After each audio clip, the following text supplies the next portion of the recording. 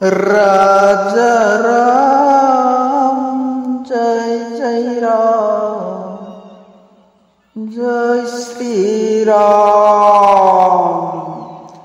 जेऊ राम नाम जपी संत महात्मा तुलसीदास, रामदास, मीराबाई, बिल्वमंगल, सुरदास, गौरांग महाप्रभु कृष्ण रस पीथिले।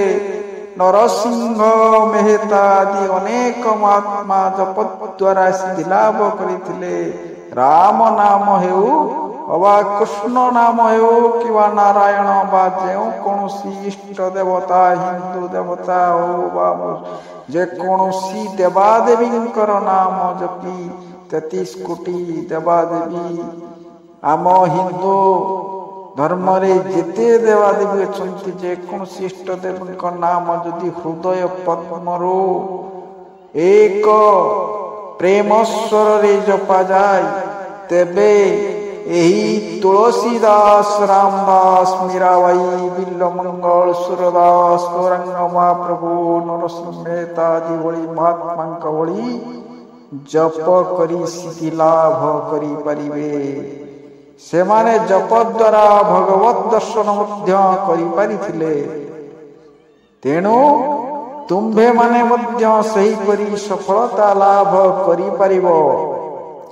जेउ माने गाई पारंती सेमाने लय सहित मंत्र गान करिबा उचित। एहा द्वारा मन शीघ्र उन्नत अवस्थारे पहुंचिबो। गाउ गाउ भाव उपस्थित हेबो। दस्यु रत्नाकर नारद मुनिंकर उपदेश अनुसारे मरा मरा माने राम नाम को मरा मरा उच्चारण करी जप करी शेषरे वाल्मीकि ऋषि रे परिणत होई परिथिले। जेउ राम नाम जपी महान महावीर बजरंगबली आजी भी राम ध्वनि रे जगत को प्रकंपित करुचंती ताहा एही महात्मा हेले महान आत्मा रे परिणत हेले आपण मानकर कर्ण गोचर होई परिबो। सेही महान आत्मा को स्मरण करी आजी किछि कहिबा संत तुकाराम केवल विठल विठल विठल जप करी पंडरीपुर पंडरीनाथ माने नारायणंकर दर्शन लाभ करि परिथिले। छोट बालक ध्रुव भक्ति पूर्वक द्वादशाक्षर मंत्र जप करी भगवानंकर साक्षात दर्शन करि परिथिले। नारायण मंत्र जप द्वारा प्रहलाद को मध्य स्वयं नारायणंकर दर्शन मिलिथिला।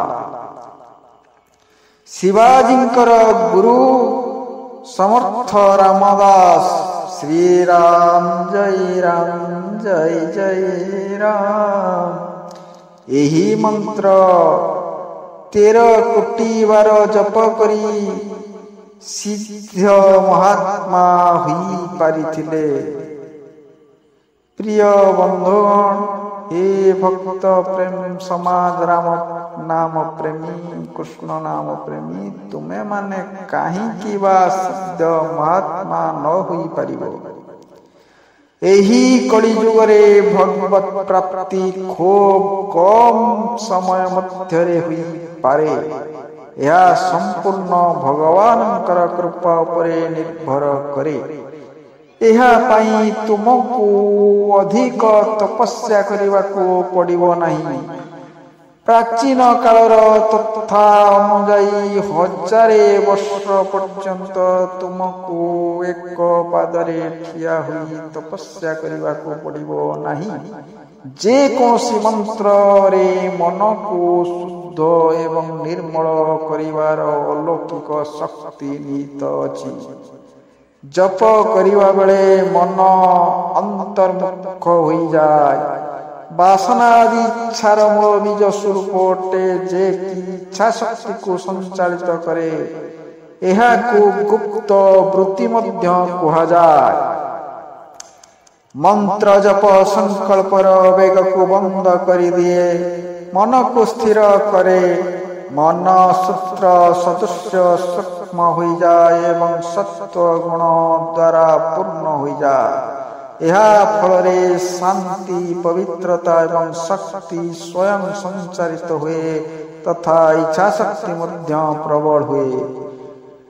ଆମେ ଜପ ଦ୍ୱାରା ସିଦ୍ଧ ପୁରୁଷଙ୍କର କେତୋଟି ଉଦାହରଣ ଆସେ ବହୁତ, କିନ୍ତୁ ସେଥିମଧ୍ୟରୁ ଧ୍ରୁବଙ୍କର କଥା ମନେ ପଡ଼େ। ତୁମେ ଚେଷ୍ଟା କଲେ ସେମାନଙ୍କ ଭଳି ମଧ୍ୟ ସିଦ୍ଧି ଲାଭ କରିପାରିବ। ରାଜଶ୍ରୀ ମନୋ ଉତ୍ତାନପାଦଙ୍କର ସୁରୁଚି ଓ ସୁନୀତି ନାମରେ ଦୁଇ ରାଣୀ ଥିଲେ। ସୁରୁଚିଙ୍କର ପୁତ୍ର ନାମ ଉତ୍ତମ ଏବଂ ସୁନୀତିଙ୍କର ପୁତ୍ରର ନାମ ଧ୍ରୁବ ଥିଲା। ଦିନେ ଉତ୍ତମ ନିଜର ପିତା ଉତ୍ଥାନଙ୍କର କୂଳରେ ବସିଥିବା ବେଳେ ଧ୍ରୁବ ମଧ୍ୟ ଆସି ପିତାଙ୍କର ସେହି କୂଳରେ ବସିବାକୁ ଚାହିଁଲେ। ମାତ୍ର ଉତ୍ତମର ମାତା ସୁରୁଚିଙ୍କର ଭୟରେ ଉତ୍ଥାନପାଦ ଧ୍ରୁବଙ୍କୁ ନିଜ ଅଙ୍ଗର ସେହି କୂଳରେ ବସାଇବା ପାଇଁ ହାତ ମଧ୍ୟ ଉଠାଇଲେ ନାହିଁ। ସୁରୁଚି ଧ୍ରୁବଙ୍କୁ ରାଜାଙ୍କର କୂଳରୁ ଉଠାଇ ନେଇ କଟୁକ୍ତି କରି ଗାଳି ଦେଇଥିଲା। ଧ୍ରୁବଙ୍କର ପ୍ରାଣରେ କଠୋର ଆଘାତ ଲାଗିଲା। ସେ ରାଜପ୍ରସାଦ ତଥା ସମସ୍ତ ପ୍ରକାର ଭୋଗ୍ୟ ବସ୍ତୁ ପରିତ୍ୟାଗ କରି ଜଙ୍ଗଲରେ ତପସ୍ୟା କରିବାକୁ ଲାଗିଲେ। ନାରଦ ଋଷି ତାହାଙ୍କୁ ଦ୍ୱାଦଶାକ୍ଷର ମନ୍ତ୍ର ଜପ କରିବାକୁ ଉପଦେଶ ଦେଲେ। ବାଳକ ଧ୍ରୁବ ଅଟଳ ଶ୍ରଦ୍ଧା ଏବଂ ବିଶ୍ୱାସ ସହକାରେ ବର୍ଷ ବର୍ଷ ଧରି ସେହି ପବିତ୍ର ମନ୍ତ୍ର ଜପ କରି ନାରାୟଣଙ୍କର ଦର୍ଶନ ପାଇଲେ। ଭଗବାନଙ୍କର ଆଶୀର୍ବାଦ ଗ୍ରହଣ କରି ତଥା ଈଶ୍ୱରଙ୍କର ଆଦେଶ ଅନୁସାରେ ଧ୍ରୁବ ଗୃହକୁ ଫେରିଲେ। ଶିଶୁକୁମାରର କନ୍ୟା ଭ୍ରମୀ ସହିତ ତାହାଙ୍କର ବିବାହ ହେଲା। କଳ୍ପ ଏବଂ ବତ୍ସର ନାମରେ ତାଙ୍କର ଦୁଇଟି ପୁତ୍ର ହେଲେ। ଇଲା ନାମକ ଦ୍ୱିତୀୟ ସ୍ତ୍ରୀଙ୍କଠାରୁ ଉତ୍କଳ ନାମକ ଅନ୍ୟ ଏକ ସନ୍ତାନ ମଧ୍ୟ ହୋଇଥିଲା। ଧ୍ରୁବ ରାଜପଦରେ ଅଭିଷିକ୍ତ ହୋଇ ପବିତ୍ର ଭାବେ 3600 ବର୍ଷ ପର୍ଯ୍ୟନ୍ତ ପୃଥିବୀରେ ରାଜତ୍ୱ କରି ସଂସାର ତ୍ୟାଗ କରିଥିଲେ।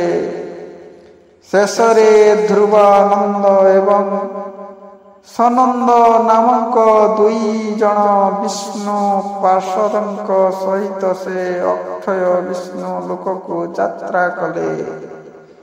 ଏହିପରି ଧ୍ରୁବଙ୍କର ଅମର କାହାଣୀ ଆତ୍ମାମାନଙ୍କର ଜୀବନକୁ ଆଧ୍ୟାତ୍ମିକ ପଥରେ ନେବା ପାଇଁ ଏକ ଆଦର୍ଶ ରୂପରେ ଯୁଗ ଯୁଗ ଧରି ରହିଛି। ଏହା ଦ୍ୱାରା ଅଳ୍ପ ବୟସରେ ସମସ୍ତ ପ୍ରକାର କଷ୍ଟ ସହ୍ୟ କରି ଈଶ୍ୱରଙ୍କର ତତ୍ତ୍ୱ ଲାଭ ପାଇଁ ଆମକୁ ଯୋଗ୍ୟ ଓ ଉପାଦେୟ ଶିକ୍ଷା ମିଳେ। ଧ୍ରୁବଙ୍କର ଜୀବନୀ ଏଥିପାଇଁ ପ୍ରାତଃ ସ୍ମରଣୀୟ ଓ ଅନୁକରଣୀୟ ଅଟେ। ତେଣୁ ହେ ଭକ୍ତ ସମାଜ, ଆପଣମାନଙ୍କ ପାଇଁ ହିନ୍ଦୁ ଧର୍ମରେ ଯେକୌଣସି ଅକ୍ଷର, ଏକକ୍ଷରୀ ହେଉ ବା ଦୁଇକ୍ଷରୀ ପଦ ହେଉ କି ତିନିକ୍ଷରୀ ଚାରିକ୍ଷରୀ ଠାରୁ ଆରମ୍ଭ କରି ଯେତେ ଅକ୍ଷର ପର୍ଯ୍ୟନ୍ତ ପଦ ନେଇ ଆପଣ କେବଳ ପ୍ରେମ ସହକାରେ ଜପ କରନ୍ତୁ। ନାମ ଉଚ୍ଚାରଣ କରନ୍ତୁ।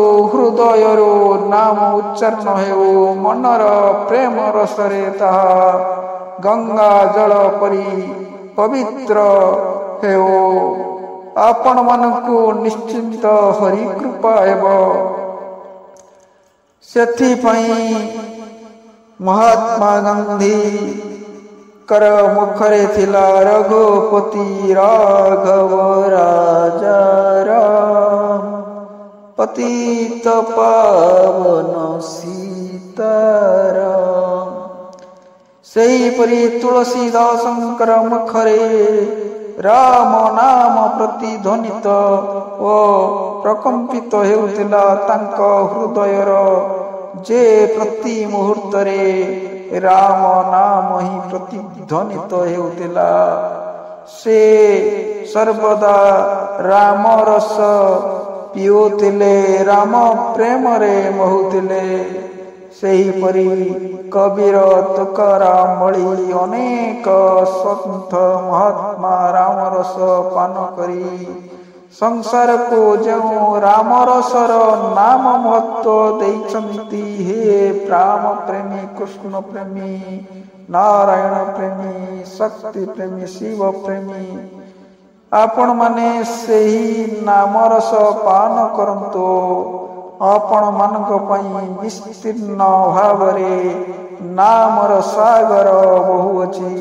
ଆପଣମାନେ ସେହି ସାଗରର ଯେକୌଣସି ସ୍ରୋତରେ ବହିଯାଇ ସେହି ରାମ ନାମ ହେଉ ବା କୃଷ୍ଣ ନାମ ହେଉ, ନାରାୟଣଙ୍କ ନାମ ହେଉ ବା ହର ହର ମହାଦେବ, ଜୟ ଶିବ ଶମ୍ଭୁଙ୍କର ନାମ ହେଉ, ଯେକୌଣସି ନାମକୁ ଧରି ଆପଣମାନେ ସେହି ସ୍ରୋତରେ ବହି ଅମୃତ ରସ ପାନ କରନ୍ତୁ ଏବଂ ଜଗତରେ ନାମର ମହିମାକୁ ପ୍ରଚାର କରନ୍ତୁ ଏବଂ ନାମରସ ପିଇ ଜଗତକୁ ଅମୃତ ରସ ପିଆଇବାର ଏକ ମାଧ୍ୟମ ହୁଅନ୍ତୁ। ଆଜି ଆଧୁନିକ ଯୁଗରେ ନାମର ମହିମା, ନାମର ମହାତ୍ମ୍ୟ ଯେଭଳି ହ୍ରାସ ପାଉଛି, ସେହି ନାମ ମହିମା, ନାମର ମହାତ୍ମ୍ୟକୁ ଆପଣମାନେ ଗୋଟିଏ ଗୋଟିଏ ଅମୃତ ରସ ପାନ କରି ଜଗତକୁ ଦିଗ୍ଦର୍ଶନ ସାଜନ୍ତୁ। ନାମ ମହିମା ପ୍ରଚାର କରନ୍ତୁ, ନାମର ମହାତ୍ମ୍ୟ ଜଗତକୁ ଦର୍ଶନ କରନ୍ତୁ। ନାମ ମହିମା। हे राम जय राम, जय जय राम, जय सीताराम, जय हनुमान, जय जय महावीर हनुमान की जय।